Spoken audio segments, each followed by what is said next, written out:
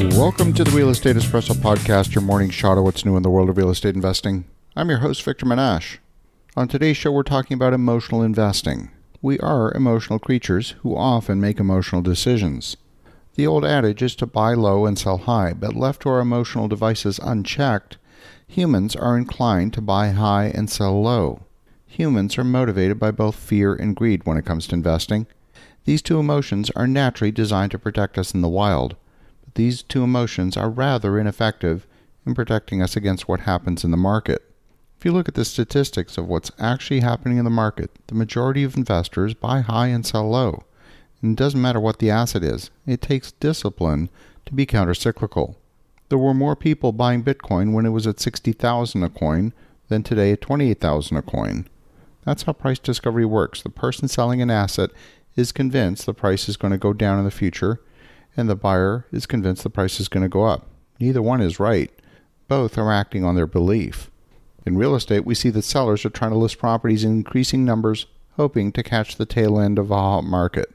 Buyers have been buying in a frenzy over the past 2 years out of fear of missing out. Supply was so low, there was no inventory. Scarcity was driving behavior.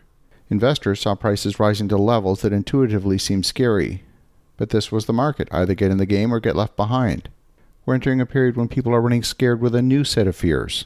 They're scared of the economic downturn. They're scared of rising inflation. They're scared of global political instability and the possibility of wider conflict in Europe. They're scared of falling real estate prices, and they're scared of rising interest rates and high ownership costs across the board.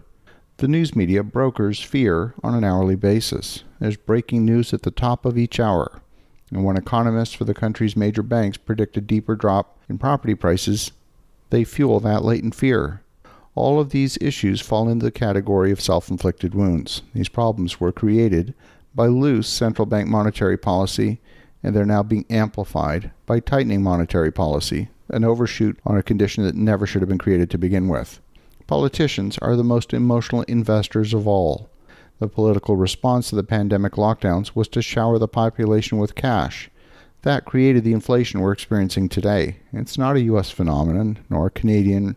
It happened in the U.K., it happened in France and Italy. Governments the world over responded in a very similar manner.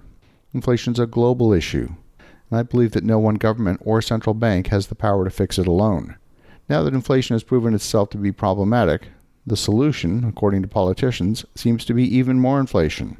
The government in France is taking aim at oil companies, forcing them to reduce prices for consumers at the gas pump, hoping that savings will trickle through the economy.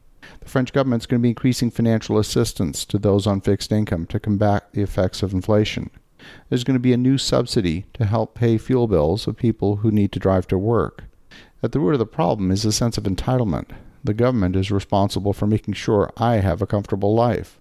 If food is too expensive, well, I can count on the government to solve the problem. If fuel is too expensive, not to worry, the government will fix it. This way of thinking is some of the most dangerous I've seen in a long time.